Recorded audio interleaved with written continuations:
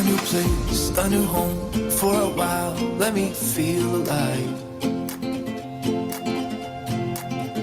Nothing to hold me back. Take my time, just enjoy the ride. A new man passing by. Life is good, best I've ever felt. Get me up, somewhere new, somewhere I can find myself. Oh, I feel so alive. As I reach out to the sky. I found my way. I was in the dark against it all, but made it through the day. Cause I found my way. In bad times, I know I'll be okay. Cause I found my way.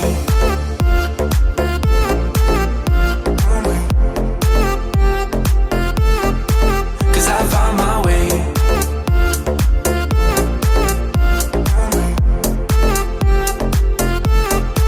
Cause I found my way, my way, my way. Find my way, my way. Cause I found my way, my way, my way. Find my way, my way.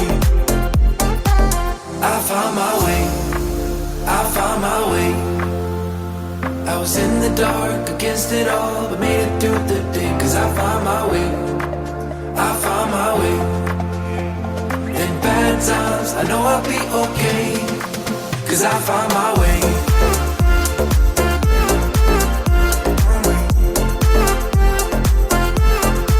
Cause I found my way.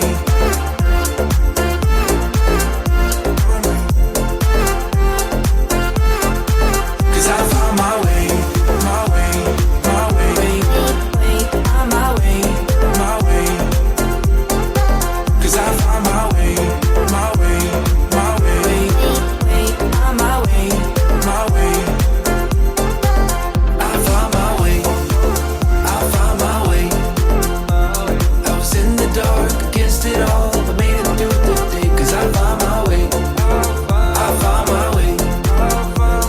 In bad times, I know I'll be okay. Cause I found my way.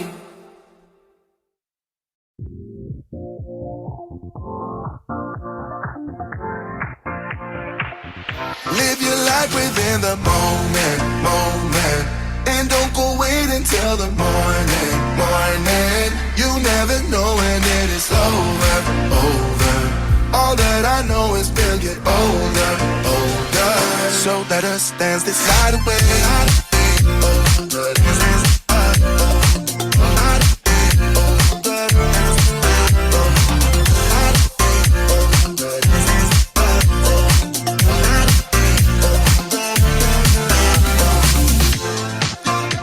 Our bodies move to the groove and the light that flickers. We get lost in the crowd, it's getting thicker. We get away from the drinks and chatter. Haven't said a word, but it doesn't matter. Feel the air get thinner. Standing in a blurry dream. No one else can see us.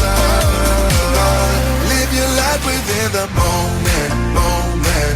And don't go wait until the morning, morning. You never know when it is over, over. All that I know is we'll get older, older. So let us dance this night away.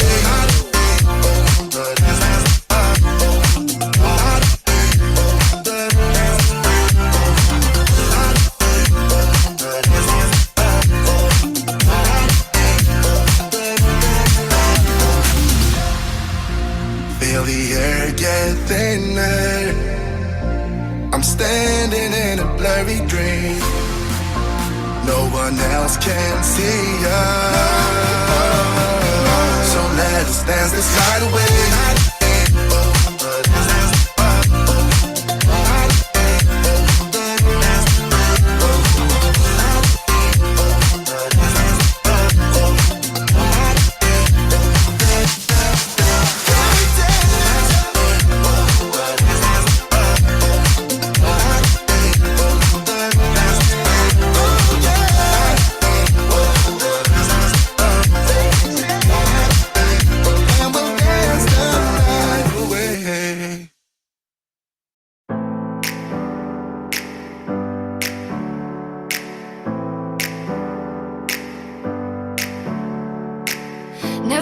never down, never. Like a theme in a song, clever. Feeling high, feeling low at the same time. Feels so right, then I'm wrong, hoping I'll be fine. But I get up, I always do. I never think, I always do. Never thought I wouldn't jump, oh what a fool. But if I fall, I will get up again.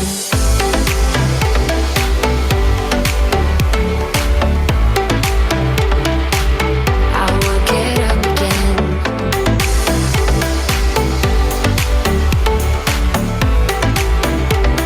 Stronger than I ever been. I will get up again. Stronger than I ever been.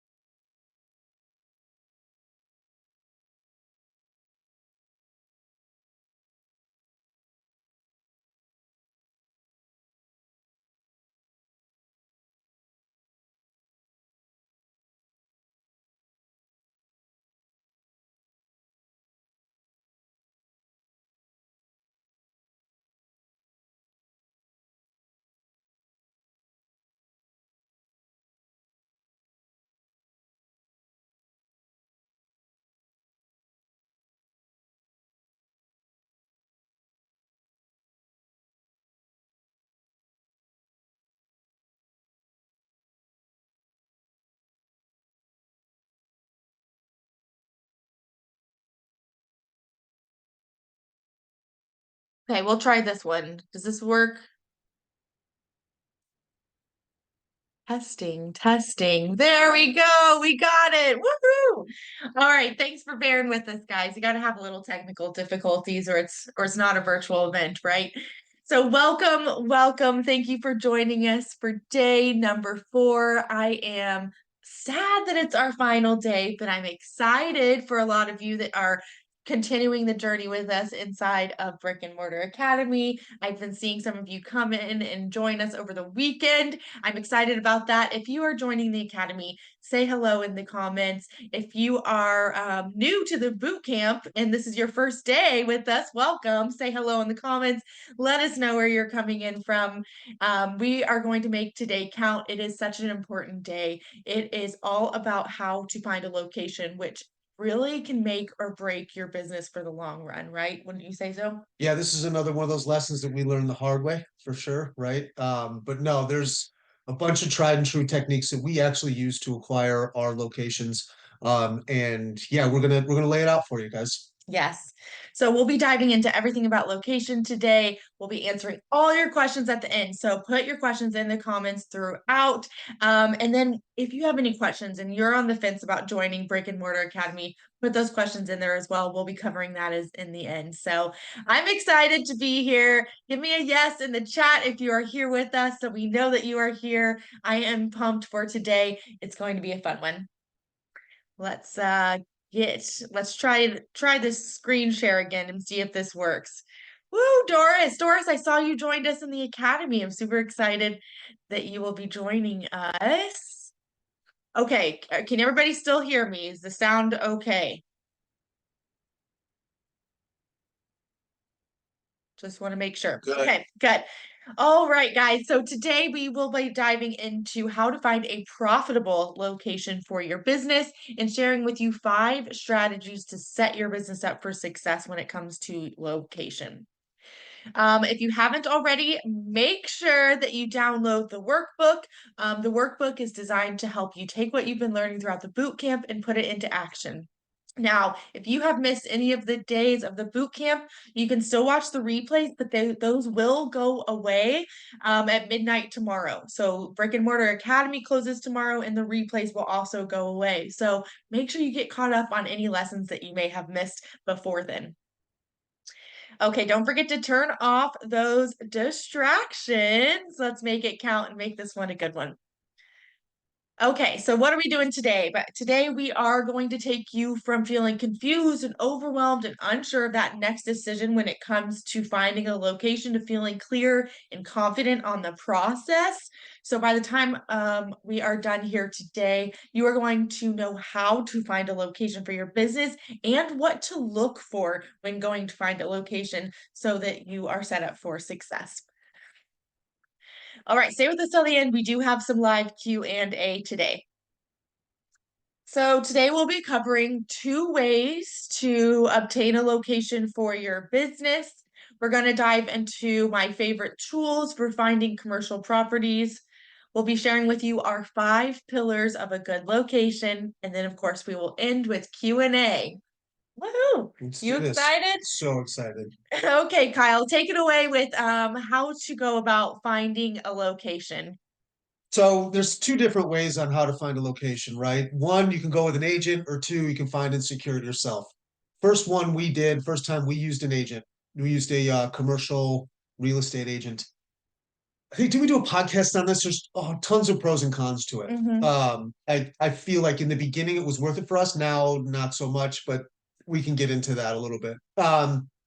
Commercial real estate, right, agent is going to be someone who works with you to buy, sell, or rent the properties used for business purposes. Commercial real estate agents are paid off commissions. So they may tell you that they're working for free, or they're doing this, or they're doing that.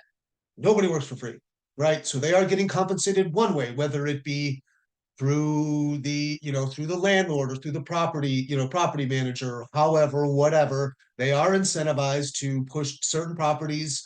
They are incentivized to get the deal done, but also keep in mind they are compensated. And regardless of how that happens, you are paying for them. They might say that it's on this, it's on that. It'll be worked into the lease if it's not. That's just how it is. Just being 100% real. And honestly, I'm not to crap on it. It can be worth it at a certain point, but just don't, as good as it may seem, they are being compensated for sure. Yeah, I think the biggest thing here is when we first started this journey of looking at commercial properties, right? We didn't even know that there were options, we just thought that you used a real estate agent. Right. And then when we came to our second and third location, we realized we could do this on our own and we could kind of get a better deal. But I will say for our first location, having someone hold our hand with using the commercial real estate agent was pretty nice. Like he was able to point out a lot of things that we may not have been aware of. But by the time we got to our second and third location, we really didn't need them. We felt comfortable negotiating. So yeah, so why don't you talk about some of those pros of working So with the a commercial real pros estate of agent? dealing with an agent is hopefully she has expertise and knowledge in the space, right? It could be time saving for you. Maybe you're not comfortable doing this. The biggest thing I think is you're able to leverage their network. That's the biggest thing. If somebody doesn't have that, you might want to look a little bit different. That would be some questions in vetting one of them out. Also some negotiation skills. They will have an idea of where the market is. And because hopefully they've done previous deals before. So it is kind of nice to leverage that. And also you should have some type of peace of mind that you're not going to sign some awful bad lease, right? And they'll also run you through the process too. So there are a bunch of pros, like I said, especially in the beginning. Now, I would assume we're going to go on to some of the cons, some of the cons that I touched on earlier, right? This, I say guy because he was great, old school commercial real estate agent. He was very willing to work with us. Nice guy. We referred to him.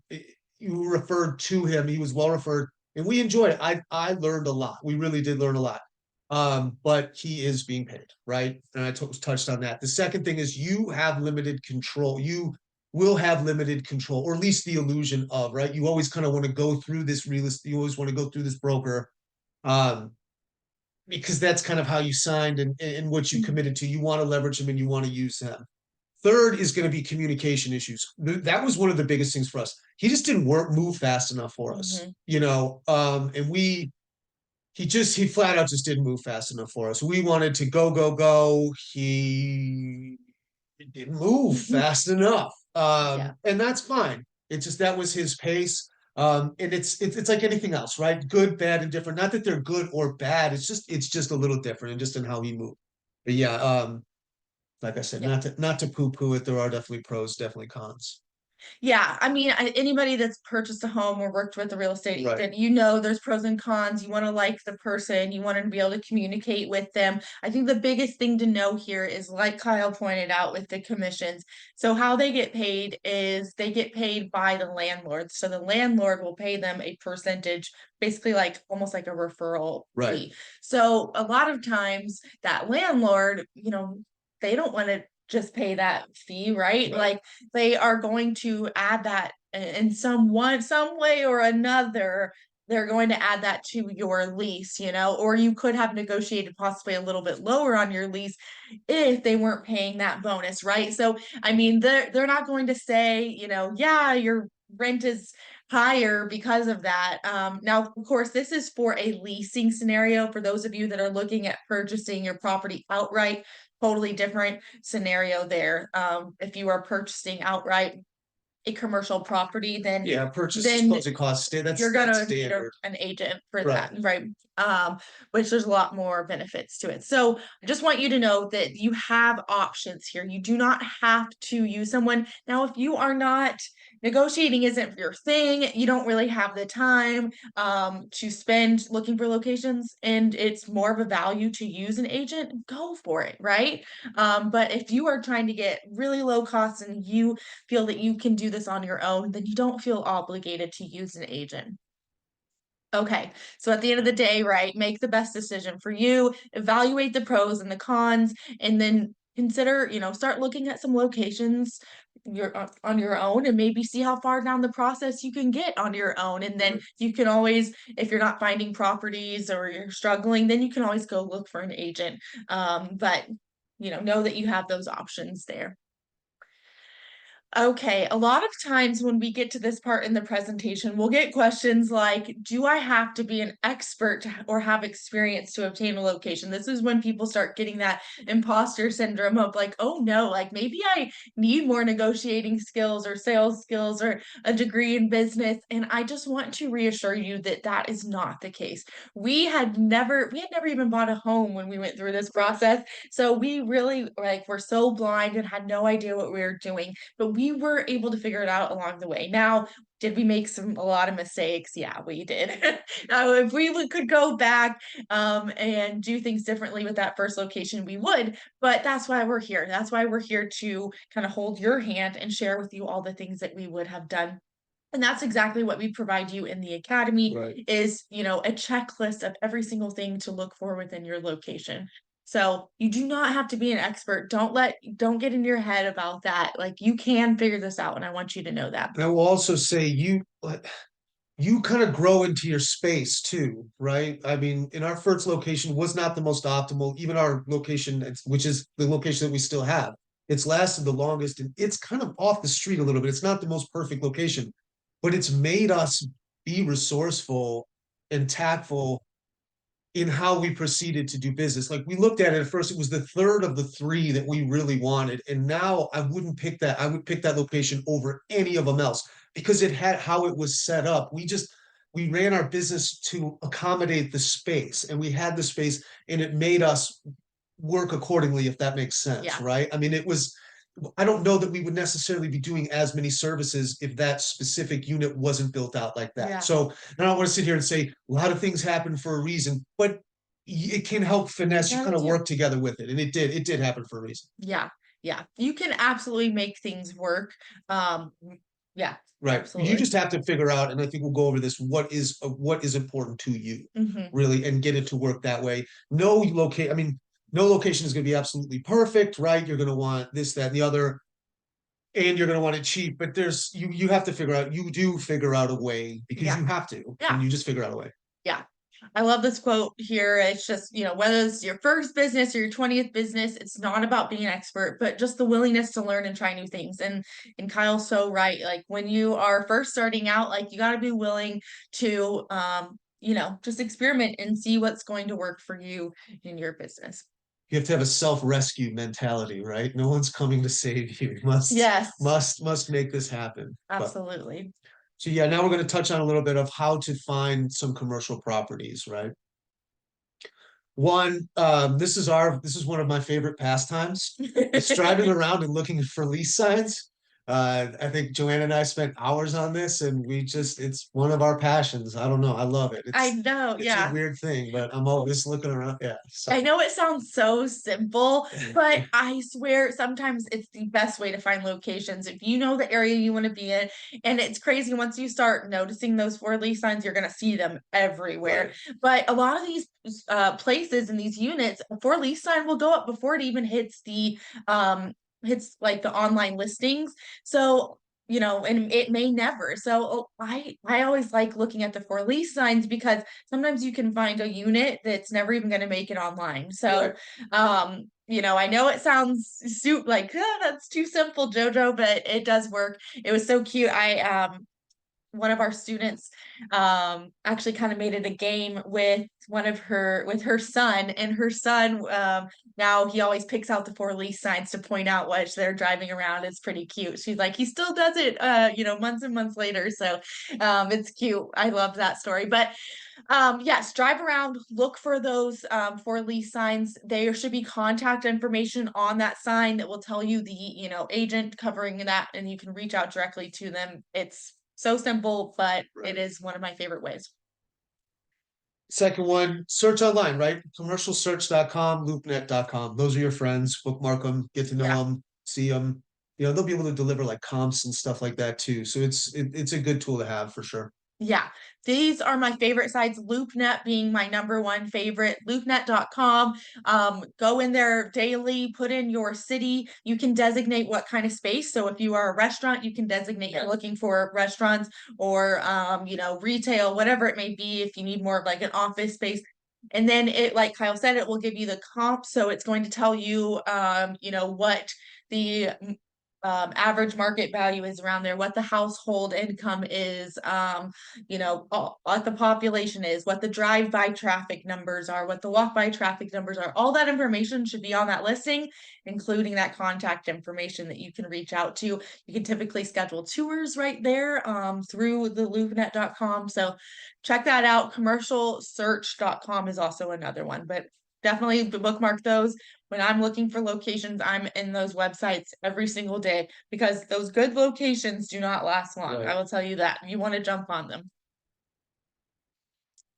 Okay, so you got two options. You can use a commercial real estate agent. You can look for locations yourself. You can start the process on your own. No matter what, even if you are using an agent, I want you to be looking for locations because when Right. I was Yes. working with an agent, I was out there looking for locations and sending them to him. Hey, go negotiate this one. Hey, set up a tour here.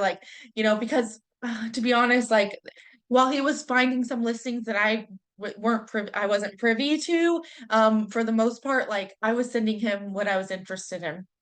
And you should be having an open conversation with them too, right? About, hey, look, well, you said this, that, and the other, this was important. Where are we at with these? So it's an open conversation, and you want to delegate to these people as well. Yeah.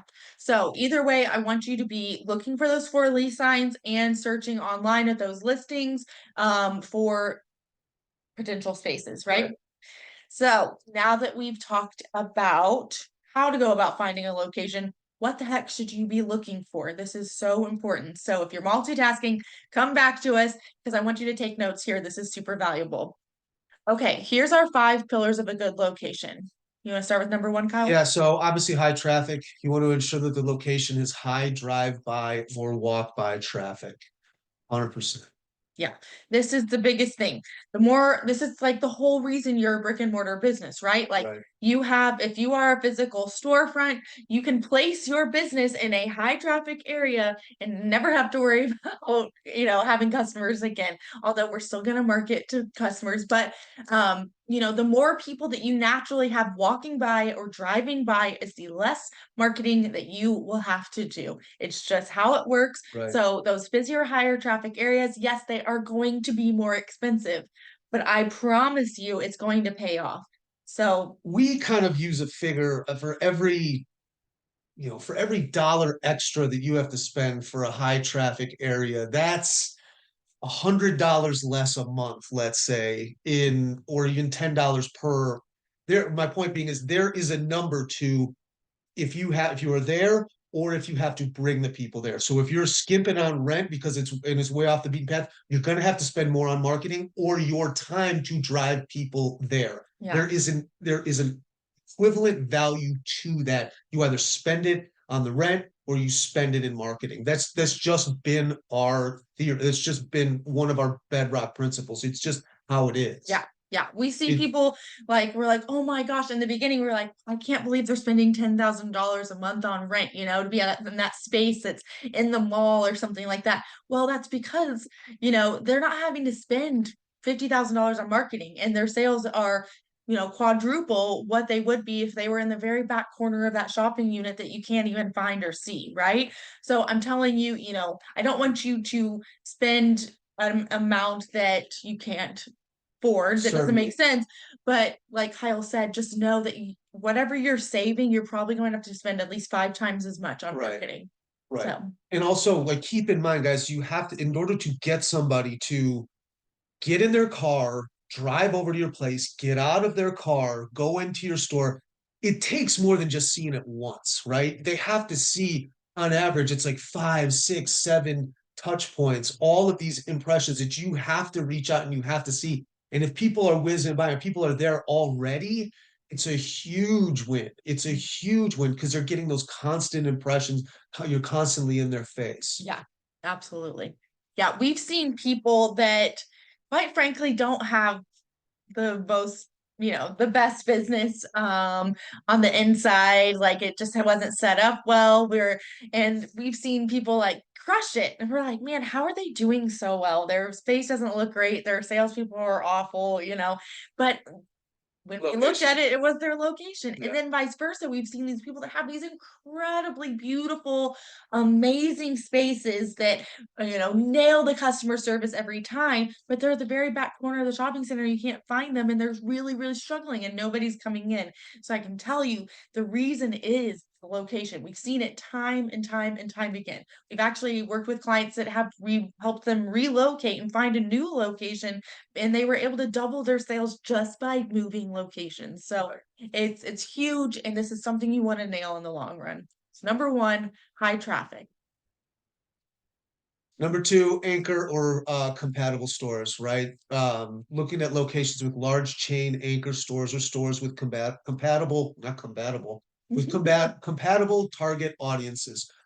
So right now we are next to a chiropractor, a meal prep place. There is a dentist office, yoga place, Orange Theory. Like, that's where you want to be for wellness, right? We're able to service that, and it's a lot of like-minded people. You have the same customers, right? And you want to be able to leverage that. The other thing, right, is we did a volume play on our 3rd store. We were anchored next to a Walmart, and the amount of traffic was insane.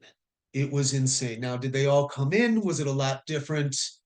Yeah, was the demographics different? Average transaction? Yes, it was a little bit different. Don't get me wrong.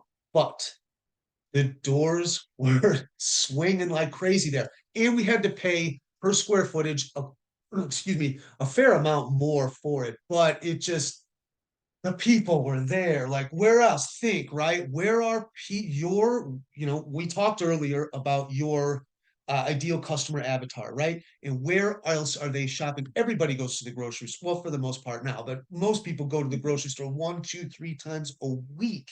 So then these people are constantly seeing that, right? So definitely look at that like a major anchor store. It is worth it for sure. Yeah. So anchor stores are going to be like those large chain, like your grocery stores, your gyms, anywhere that people frequent multiple times a week. And they're usually attracting a large audience, right? So people are going to the gym multiple times. They're going to, the grocery store. These places will just naturally attract a wide range and a wide audience. So if you have a unit that's near them, you're going to naturally attract, a wide audience and a lot more people. Now, compatible stores are stores like Kyle said, like that were near us, there's stores that have a similar audience, a similar demographic. Like when I go to get my hair done, it would make sense if there was a nail salon next door because maybe I just want to pop over and get my nails done, right? You want to look for things that are compatible. If people are into wellness and they're going to work out, they might pop by my wellness center next door and say, man, maybe I should start cold plunging here. Right. So think of, what are those things that your customers are already doing? Remember when we did our ideal customer avatar the other day and I had you write down what are your customers thinking, feeling, where are they going, and what are they doing? Well, this is where I want you to go back to that and say, okay, was my ideal customer going and what were they doing? Are they working out every day? Are they going to the grocery store? Are they, where are they getting their nails done, hair done? Are they going to, a bakery in your town? Where is it? Yeah, what's their standing in the community? Yeah. Where are they at? Like that smoothie we had a smoothie factory next to us and we first opened and it killed it for us. These people were constantly walking by. This was when people come in there 2-3 times a day, post workout stuff. It was perfect for us. And we actually noticed they ended up going, they just didn't renew their lease. But once they left, we noticed we definitely took a hit from it. So it's keep that in mind, like-minded businesses get to just pop in there and see what it's like, and because you're going to be associated with them, you just Yeah. are. So take that into consideration. The biggest thing about a storefront is convenience. People want to have Yes. that convenience of Yes. being able to come into your business. So if they're already doing something nearby, you've just made it that much more convenient for your ideal customer to come in. So really think about that. Like when you go to tour these shopping centers, look at what businesses are nearby. It does matter and it does make a difference. So you don't just want a high traffic location that has the complete wrong audience, right? Yes. Yes, for Yeah. sure. I was gonna Mhm. delve way more, but no, yeah. Awesome. Okay, so number one was high traffic. Number two is anchor or compatible stores. Let's dive into number three. 3, competition. So evaluate nearby competition and see if it's going to help or hurt your business. We touched on this a little bit before. If you have a population of 3,000 and there's already 3 wellness centers, that might not be the greatest idea for that specific location. Um, yeah, right. Yeah, sometimes this can help or sometimes this can hurt you. Right. If you are a highly specialized store, if the people are traveling, we always say, what is the parrot food store? So if somebody's traveling 2 hours for a parrot specific, veterinary or food store, and that's what you do as well, then you may want to be right by them because if they can't, find what they need there, they can pop into you right across the street, that might make sense. Also there's always, the Walgreens CVS scenario. They're right across the street from each other. They built a model around that. So competition isn't always a negative thing, but you do want to take note of where they are and make sure that you have differentiated yourself from them, right? So we did a lot of that last week with identifying who your competition is and setting yourself apart. Now, if you aren't setting yourself apart from them, then you probably don't want to be right next to them. But Right. if you are, then, it's okay if they're a little closer. Now, would I recommend being in the same shopping center as them? Usually no, but Nor should, honestly, if you're in the same shopping center, the landlord shouldn't allow that, really. Right? I mean, within your contract agreement, you should have some stipulations of like, nor would you want somebody if you're paying rent that your landlord would allow you to do that. So that kind of gets it's not as big of an issue, but you definitely want to make sure that you're cognizant of this. And just the whole model of CVS and Walgreens to me it's kind of convoluted. People say that to me all the time, but it's like you go to Walgreens for any amount of things, right? You don't necessarily go to, at least for in our case, like you don't go to a wellness shop every day, right? But you could essentially go. It's not based on convenience; it's more of experience. So just make sure the comps that you're using, the comparables and comparisons, for sure. mhm. All right. Visibility. All right. So you want to envision your storefront as a billboard and ensure that it's visible to all oncoming traffic. That tree, our tree, the infamous tree that we talk about all the time at the store, right? You want to make sure nothing is blocking your sign, right? We have this gorgeous tree right in front of our store in Capel. And it is a thing of contention, right? It's as it grows and grows and gets lush and bigger, it blocks our sign. Yeah. So in a perfect world, would we have, you can't cut it down, but you want to make sure that at least within your lease now that thing's getting manicured, that thing's getting taken care of. So take that into consideration. Can you, when you're walking by, when you're going by, drive by the store at the speed limit? Can you see it? Can you not? Do you have to be turning this way? Do you have to be turning that way? What does it look like for you to be seen? Right? Mhm. Is there so much light that your store will get drowned out? Or is it so dark that you won't even look in that area? There's a lot to it. And a lot of this comes from, we typically decided on 2 or 3 properties that were in consideration, and we would go through and do this, and we would sit there for days on end, like psychos, and I'd count the cars, and you'd see, everybody, all these commercial real estate guys are going to say, ooh, 10,000 cars drive by a day. Okay, that's great. Are they coming in during the day while you're open, or are they Exactly. all at night? Like Is it at 20 miles an hour, or is it off of the interstate at 200 miles an hour? What are we talking about here? So you want to make sure that it is seen. Is there a marquee that can show, that can be a little bit more street facing, things of that nature? Just things just to consider. Yeah. Yeah. I mean, the biggest thing to me is you're paying for this billboard. You envision your storefront as a billboard, because it is. And where, can people actually see it? Like, I see people that will get, this beautiful shopping center. There's an anchor store there, but the front of their store is facing no one. It's like at the very back, you can't see it. In fact, you're like driving around in circles trying to find it. So, you want to ensure that the front of your building is facing that traffic, right? You can't just be near it, it has to be facing it. So where is your sign going to be facing, and can people see it? And yeah, are there any obstructions in front of it, like a tree or signs or, things like that, because that will affect you. And these things aren't, and we're not, I also want to say that these aren't deal breakers either. This can also be used for leverage and negotiation too, Mhm. right? So if you're sitting here saying, if they say, well, we want X amount per square footage, you say, hey, look, I get it that is the comp on this, but this specific unit is not visible, guys. It's not this, it's not that. And it can help, a lot of, like even our wellness now, most of the people are coming for us because we do a lot of online stuff. So it's not as, we could get away with some of that. So we're just trying to give you some things to really consider. And a lot of these can, if they lack a little bit, this is going to give you help in negotiation. Mhm. Yeah, absolutely. All right, so moving on to number 5, which is the square footage of the unit. So I want you to consider your needs for now and in the future, but I don't want you to go over the mark here too much. I see this a lot where people will go get a 3,000 square foot space, but they only need a 500 square foot showroom. And that is so much space that you are paying for that you don't need, or vice versa.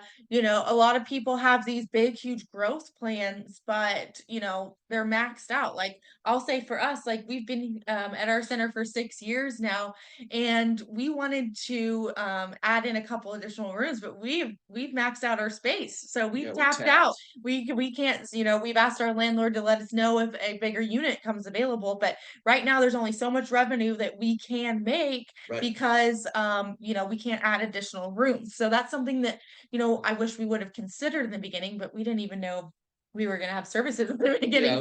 But try to think about what your growth plans are going to be, and make sure you do have that little bit of room for growth, but not too much. You don't need an extra 1,000 square feet just to lounge in the back. You don't need 3 personal offices. It's not necessary. It's a big waste of space, and it's a big way that you can decrease the cost. You need to sit there, and we've had these conversations, is how does this square footage contribute to the overall revenue here? Like, is this being used? Is this being wasted? You have an entire room that's just being wasted.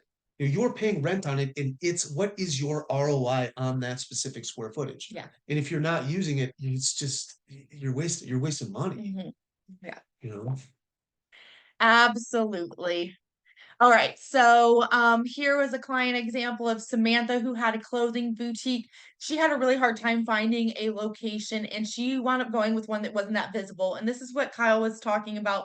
So, I want to share this with you because I want you to know that there are things that you can do if you can't find the most perfect ideal location. So she was able to utilize, she used yard signs with arrows on them. The city approved of that. So she was able to direct people to her locations and they are like permanently there. So she was able to use the marquee sign. So there are things you can look for to do to mitigate some of these things, but it obviously is a lot easier if you don't have to do these things, but you do have options. So I don't want you to feel like, if you can't find the most perfect location, that there's no other options.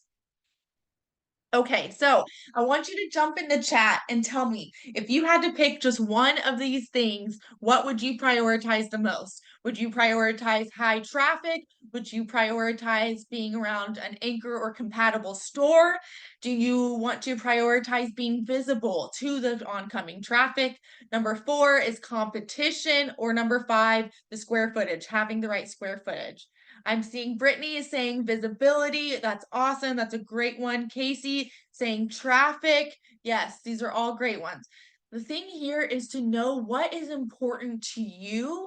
What's your non-negotiable here? Right. What are you not going to settle on? Because if you know that, hey, I am not going to settle on not being near an anchor compatible stores, then hold yourself to that. Then don't come, finding a location is the toughest part of the process. I'm going through this with a lot of our students in the academy right now, and I know it's really hard. We've got some students that are out there, they're getting some no's, their locations are getting taken before that they can get to them.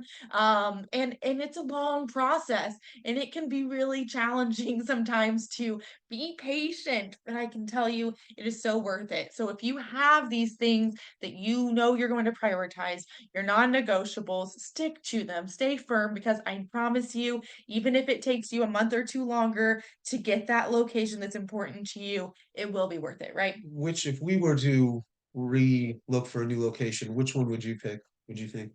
I would definitely go with that visibility for the traffic. Right now, we are in a high traffic area. For this was our first business that we still have today, and but it's kind of facing the side. And so, if we were at the front of the unit, which we're looking to possibly move to, I think we would just get twice as much traffic, so that it would be visible. What about you? I would go square footage personally. I feel like Interesting. after, 5-6 years that we've built up enough clientele that we could push them wherever. I also find that a lot of our people are coming specifically for us because of the services. Mhm. And but that's after 5 years, Yeah. right? Yeah. In the beginning, obviously I would have thought, traffic. Mhm. But I think as you move forward, and I just want to like to bring a little bit of this up because I know a lot of you guys have been in business before to just kind of, figure that out or just to give a little bit different perspective. But now I would go with square footage, Yeah. I think, just because we would have the room to expand Yeah. and leverage our current clientele. Yeah. Yeah. These things become really important to you. So thinking about them before you sign the lease is really valuable. You don't want to be stuck in a 5-10 year lease, but realize that you're in the wrong location, right? Yeah. So Doris says anchor compatible stores. Justin saying traffic, but still better be visible. I like it. Great one. So I want you to sit down and really prioritize these and anything else that is important to you. Write them down and hold yourself to it because they are so valuable. Okay. Um, your location checklist. In your workbook, you should have a location checklist that you can check out here. This just kind of goes over things that you should be looking for at your location, where you can take these with you when you go to compare locations, so you can kind of check what's important to you and what's not and compare them later. Okay, time to jump in the comments. I want you to tell me, what is one thing that you would stop doing if you had a profitable brick and mortar business? What is one thing? Are you like Eric, who says he was able to stop working for others and start being his own boss, which he says feels so good. I love it. Or are you like Andrea, who said she was able to stop feeling like something was missing in her life and start doing something she actually enjoyed? What is one thing that you will be able to stop doing? I stopped hitting the snooze button. That's one thing I stopped doing. Oh, yeah. Yeah, I look forward to going into work now. Yeah, Yeah, you do. I like going in. You're like he's like the up at 5 o'clock. He will go into the store at like 6 a.m. I'm like, you know, we don't open until 9, you know? And he's like, "Well, there's just stuff I could be doing. But I'm like, I really don't know Yeah, it was a huge what shift. he's doing there, but It was a huge shift. I Stop. I think he just likes hanging out there, Well, I maybe. mean, we with the services, we have to kind of be we have to be using the services and constantly, you know what I mean? We kind of have to practice what we preach. And so I like to kind of get the sauna, and I mean, it's not all tough work, but no, I definitely look forward to getting up and getting in there for sure. That's huge though. Yeah, That's that great. was a big. It's It's big. huge. Yeah, I Like would definitely agree with the day to day. It's just, oh man, I used to have so much stress and anxiety in my day to day, and there's a lot more less of that now. right. Brittany said I would stop trying to do everything myself and begin outsourcing when I'm able. That's huge. Yes, you can have a whole team and start hiring some help so you're not there doing it 24/7, right? The more revenue you have, the more you can start to delegate and grow your business, Yeah, right? building That's that team huge. is Yes, huge. Brittany, It that's a is good huge. one. Yes. So I really want you to dig deep and remember what is that thing that you will be able to stop doing? How is it going to feel when you finally open the doors of your business? Okay, if you remember one thing from today, it is that taking the time to find the right location for your business using these 5 pillars will pay off in the long run. Like I said, I know that this part of the process is probably the longest part. Like once you get the keys to your business, you're off to the races with the build out, and all of a sudden your grand opening is here, your systems and your everything else is getting set up. It's like running around, like crazy person once you get your keys, but finding the location, whoo, it is a tough process. And, it really takes patience. It really takes, still staying consistent and, being able to take those no's. I think one of our students the other day, she got a no, but she immediately was able to find another location, and she was like, "Man, I'm so glad I got to know because this location looks even better." So, and I just thought that was such a great attitude to have. So, that's phenomenal. We also had another student, Susie, who just got the keys to her location, and she was really, really had to stay diligent. I know that Yeah. she at first was going to go with one location, but then she realized, man, maybe I need to hold out, and she just got this phenomenal location on Main Street, very busy, great high traffic area. So it is so worth it if you can keep that patience and take the time to find the right location, And if right? you're told to no, like we always, Joanne and I always say this, it's like it just is what it is. It just wasn't meant to be, right? Like we've really learned that, like, oh, when you get all butthurt about it, and it's just like you have to, if they don't want to do business with you, then you don't want to do business with them. You Yeah. know what I'm saying? Like Yeah. this is a big relationship. This is a big, big thing. It's probably a reason why we've been so fortunate, I believe, to stay away from some major pitfalls because we tried our best and it just didn't happen. And Yeah. that's okay. You move on and you take it like Joanne does. She takes it as far as she can until she gets an absolute no. And once there's no other way, we move on, right? And don't take it as personal. But it is hard. It sucks. It's It hard. sucks. You literally visualize yourself in the space. Hmm. I get it, but you have to look like there's always a reason why. Yeah. There's always a reason why. And there are more than one good location Sure. out there. There Right. are more, Right. Yes, absolutely. Okay. So, well, I'll say this though, like a lot of the stuff that we just touched on, we go into so much more detail on this. I was having to honestly right now scale myself back and not go into a lot of things. Like we will dig in on like what does the HVAC look like? Like all types of different, like there's so much more that goes into this. And not to sell you on anything, guys, but if like Joanne's going to go in and show you guys how to get into the academy, but we go into every little detail of this, guys. It's so much more, I promise. Yeah. Yeah, Kyle's right. I mean, when it comes to like even just your location, like beyond these five There's things, so many granular things to this. It really gets granular. So Yeah, there is a ton, like parking, can it be found on the GPS, like all these little things. And we do go more in depth in Brick and Mortar Academy. And I, just want you to know that all that assistance is available to you. And the doors do close tomorrow night. So if you are on the fence, make your decisions and come join us. Ask your questions now, send us an email. Let's decide if this is right for you. I know one big thing that was asked inside of the Facebook group was, how much support am I really going to be getting? And I can tell you that we will be there with you the whole Yeah. way. Like, if you asked any of our current students, you will know that like we are talking to them daily. They are sending us their business plans so we can review them. They're sending us potential locations that they're looking at and having us scope them out for them and give them our feedback and our thoughts on them.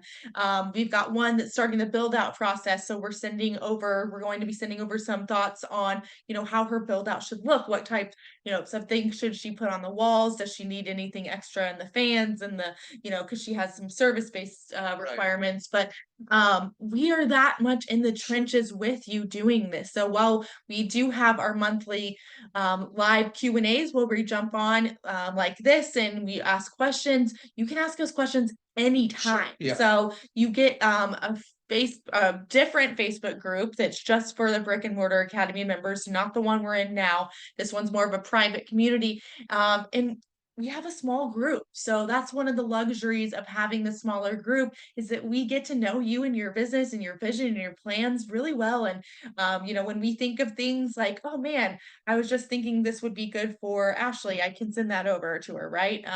So I just wanted to make sure I cleared that up. Right, You're yeah. not just getting this recorded training, you're really getting the coaching and support from both Kyle and I We personally. can also hop on the phone. We don't do anything, right? This is our passion. We don't have hobbies. So like just give us a shout. Like I'm okay with it. I don't want people to I always tell people I'm an open book. Like really we are. So if there's a question, just let us know. Like I'm happy to help. Yeah, we'll jump on there and look for locations with you, whatever you Yeah. want. So when you join Brick and Mortar Academy, you do get 8 pre-recorded modules that go through everything. We go into real details about how to find a location, how to design your build out and things that you need to consider. There's a direction that customers start naturally walking in when they walk into a business, and we're going to go over things like that with you. We're going to walk you through what systems and processes you need, the security with our favorite like Amazon list for all of those things. We'll go over marketing, things you should be doing now to market your business so it's busy when you open. Right. We are going to go over sales training. We'll go over merchandising. The way that you set up your sales counter, whether you're selling products or services, can make or break how you close sales. So we're going to go over all of that with you. Then we go over the soft opening and the grand opening process. There is a difference, and we walk you through that whole thing to make sure that by the time you open the doors of your business is off to a bang. Outside of that, you also get access to a private Facebook community just for Brick and Mortar Academy members. You'll get expert guest speakers once a month. You get those 6 monthly live Q&As, but you can contact us anytime to help in between. And then you get some really cool bonuses like the Ultimate Marketing Toolkit. We continue to leave the legal blueprint in there for anyone that joins, and many other bonuses that are honestly in there as well. We used to sell this program for $9.97, but we cut the cost in half, which was kind of hard for us, honestly, because we put so much work into this, but we want as many people to join as possible. We don't want money to be something that holds you back. We know how much money goes into getting your business open. It is, it's a lot. Everybody's in savings mode, but I promise you, we can help you save beyond $500. Oh, when you join 10x us. then Yeah. at least. Yeah, the things that we can, tell you and use our experience and guide you through, I truly believe will save you time, money, and a headache Get you to there. avoid those landmines. For sure. Yes, I absolutely. mean, something as simple as getting into a place that has a busted up HVAC system, like that can cost you thousands of dollars in the end, where all you had to do was do an inspection of it. And if you didn't know that, you just didn't know that, right? Mhm. And know what looking at your lease and knowing what's your responsibility, what isn't. And can I save some money here by not using just in today, can I save some money in not using a commercial real estate agent? There's all the The academy is chock full of that stuff. Yeah, yeah. All these little ways add up so much over time, and that's what we're here to do. So you can get signed up if you want to save a little bit. You can do the one payment of 497, or you can even do 6 monthly payments of 97. So you can fit your budget that way if needed. You can sign up at the link in the chat. I think I've been forgetting to mention that, but Abriana on Team Brick and Mortar has been putting that link in the chat. The doors close tomorrow night at midnight. So we only open a couple of times a year. So the time is now for sure.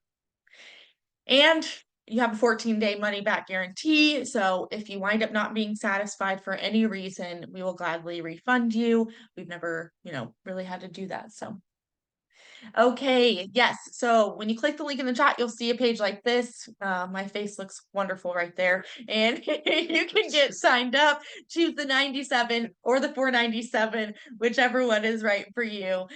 See the things I put out there of me, it's great.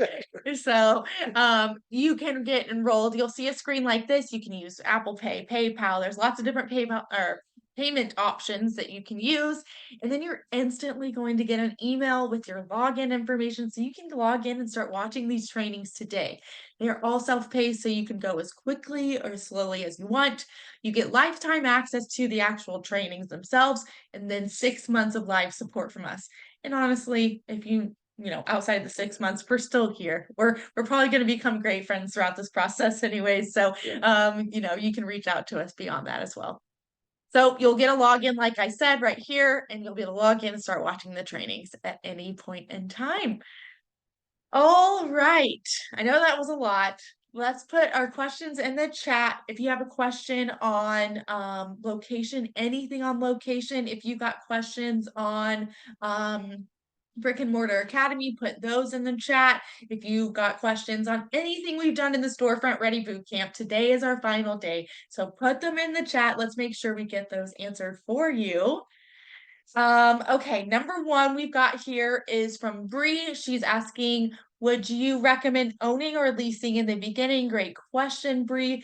This one's really going to come down to your specific area and also, your financial situation. A lot of people, obviously purchasing a space can be a great investment, potentially depending on the location. So, you can look at that as an opportunity. There's also spaces, where it wouldn't just be you'd be supporting other businesses. So there's ways that you'd be making money by leasing to other potential renters. You're a landlord and you're a new business owner and you're this and you're that. For us personally, in the beginning, it made more sense for us to just lease. Yeah. Now, being in business for 5-6 years, it would be, we've considered it, right? Then we could, that way we could pivot and whatever. There's a lot going on in the beginning, though. Yeah. There's a lot going on. So it really depends on you.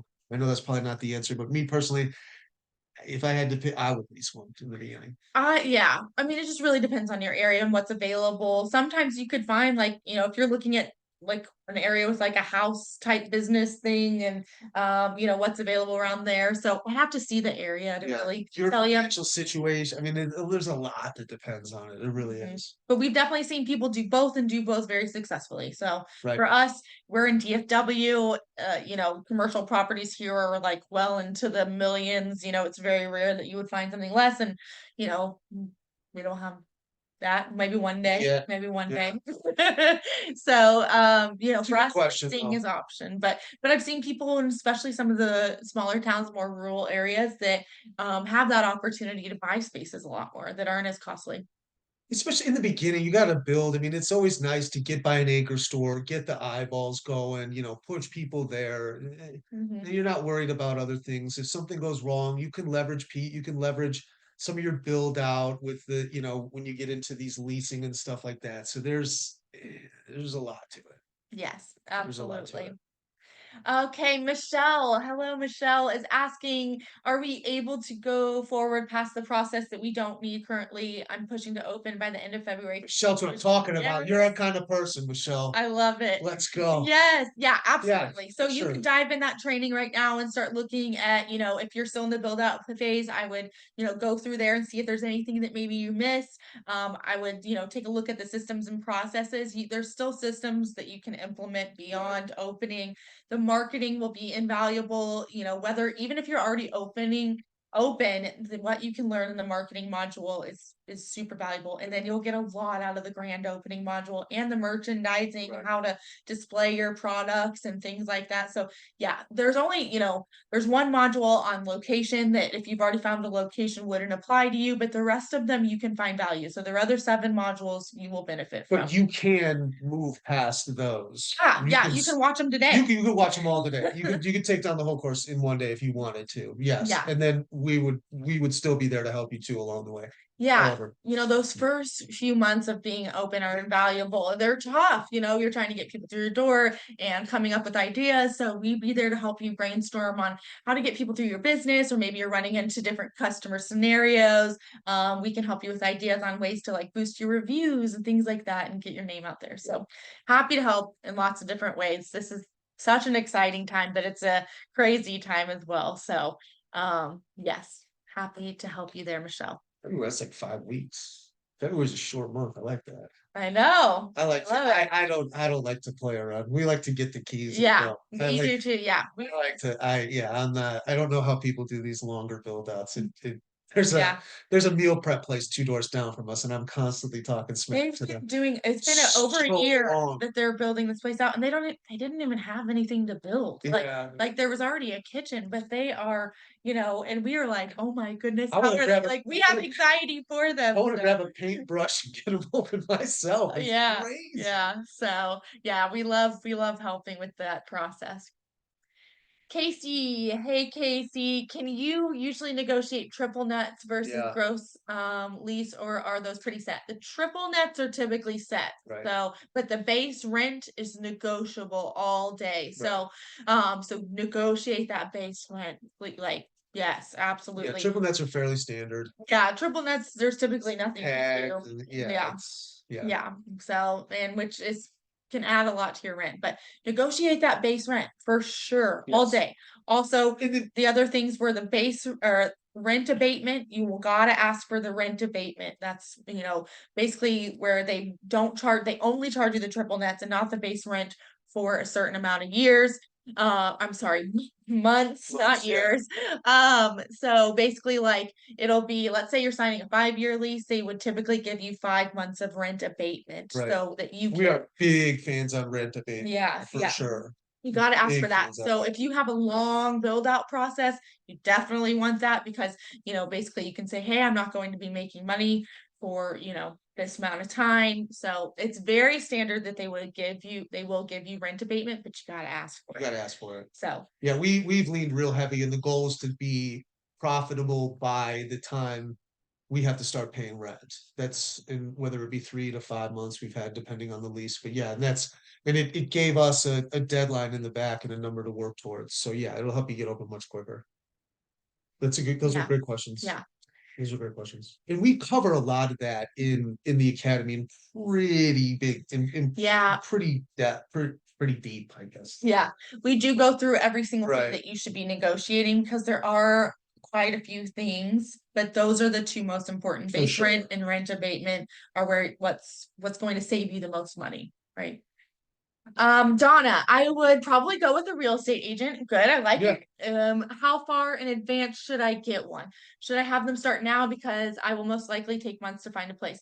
So I will say, Donna, the process, it can be a lengthy process, so there's nothing wrong with starting to look at locations now. Yeah, we could develop a relationship. I think Yeah. that's a great idea. Yeah. Yeah, and start seeing what's out there, let them know, hey, maybe are you 6 months out? Just say, hey, I'm about 6 months out from, wanting to move on this, but I want to go ahead and start getting familiar with what's in the market. You know, I want to maybe be even familiar doing with some you tours. guys. Yeah, I want to be familiar with them. Yeah, Sure. and it's not uncommon that this process takes 3 to 6 months to find a Sure. location, you know, sometimes even longer. So, you know, it's never too early. This isn't something that, you know, buying a house right now feels like you could do it in, you know, 2 weeks, but commercial properties, I will tell you, it's just people don't get back to you as quickly. They aren't as eager to lease them. You would think that people want to lease these spaces, but for some reason it just seems to be such a slow process, and I hear that everywhere. So, I think sooner than later, Donna. You know, it's not like you have to Yeah. say yes if you. And you can be honest with them. There's no point, you don't have to sign anything right away and call them and say, hey, look, I'm vetting this out. This is something I'm considering. I'm thinking about going. Certainly, you're not going to go with the first the first agent that you talk to and start having Yeah. conversations. You're just going to learn more and more from their expertise. And you can figure out who wants to, you know, who you want to do business with. Yeah. What are the rent costs potentially? What are you looking at? Now, you did have a question. Should I wait until I get the funding? I would not sign a lease until you get the funding. That's the biggest thing. Right. You want to make sure you have the funding until that, but start looking. Yeah. Yeah. Start looking for those for lease signs, searching LoopNet, and then yeah, go find yourself a real estate agent that can start looking at some places for you as well. Yeah. Yeah. Yeah. And they'll Yeah. be able to go over some 30,000-foot level stuff too, right? Like, and say, hey, look, this is what we're looking at for the market. This is what I'm seeing, yada, yada, yada. And it's good to just have those conversations and be more knowledgeable in their area of expertise. Yeah. Good question, That's a good Donna. question. Really good That's really good. questions. Love it. What else? Is anybody on the fence about joining Brick and Mortar Academy? Have any questions we can clear up there? Or any questions about finding a location? We went over a ton these past 4 days in the academy, how to validate your business, how to differentiate yourself with the 4 key decisions, like your ideal customer avatar, your experience you're going to be providing. The experience piece is something we really go into detail in the academy about, why it's so important, how to really use the senses to create an experience. We went over funding. Yes, that was a huge one. I know a lot of you reached out to Midas Financial. They told me that they got a ton of inquiries and will be reaching out to all of you. So if you haven't heard from them, let me know, but you should be hearing from them. Michelle just joined the academy. That's awesome, Michelle. I'm so excited. Michelle, you're our kind of people. Yeah. You're all right, girl. Let's get your business open. I'm loving it. Yeah, I'll get you in the private Facebook group so you can start asking questions. We're here. I know that once you are trying to get in this mode of like every minute you have questions. So we're excited to help you there. Paula, hi Paula. Paula joined the academy. I'm super excited for her. How do you determine the square footage that is needed? Good question, Paula. So what I would do is go look at spaces that you like, okay, this is a showroom size that would be that I think I would like. Paula, remind me, are you product or service based business? Are you selling products or service? Let me know. But yeah, go start looking at units that you like the size of, and you can ask them to product. Okay, so you can start looking at units now. I would also consider the amount of products that you have. So one of the worst things I think you can do is have too big of a showroom and not enough products to fill it, because then the store looks empty and then you're kind of like, oh man, this store is empty. There's nothing in here, right? So sometimes having a smaller space can make it look more full and lush and, you know, exciting rather than having like empty shelves. So you do want to consider how much product you have, how many shelves you're going to need, and things like that. Typically, for most product-based businesses that are more like small businesses, 500 to 600 square feet is all you need for that front showroom. Right. You really don't need much. Now, if you have very large products, that could be different.